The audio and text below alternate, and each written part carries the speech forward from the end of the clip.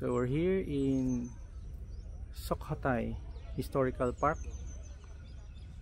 See, tignan natin no, yung mga tourist, but most of them Spanish speaking. See yung structures. Grabe, kaganda oh. Very nice, no? So we're in central Thailand, no? Sukhothai Historical Park. They say nga, no, repeatedly that this is better experience than Ayutthaya. Which I agree, no? Tignan mo. This mga structures dated 14,000 AD, no? Yung mga structures nila, oh.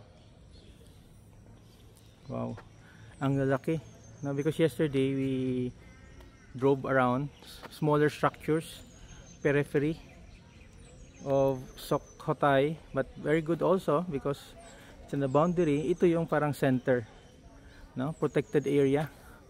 So you observe yung mga statues, they're facing east, the sun.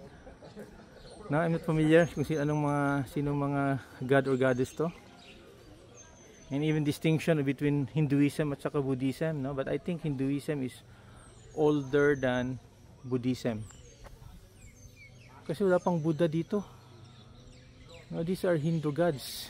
So ibig sabihin before logic.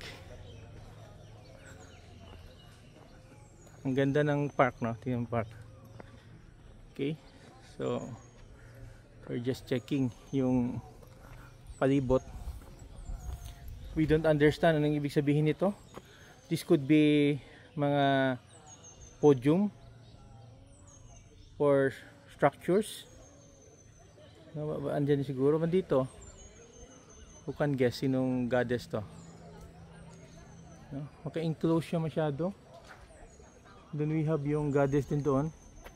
Yung pinakauna siya. I think kung pinakauna, are you in the order of ranking? And those are many mga European tourists. Kami lang atang Pilipino dito, no? Here. Okay, so very nice. Very, very nice.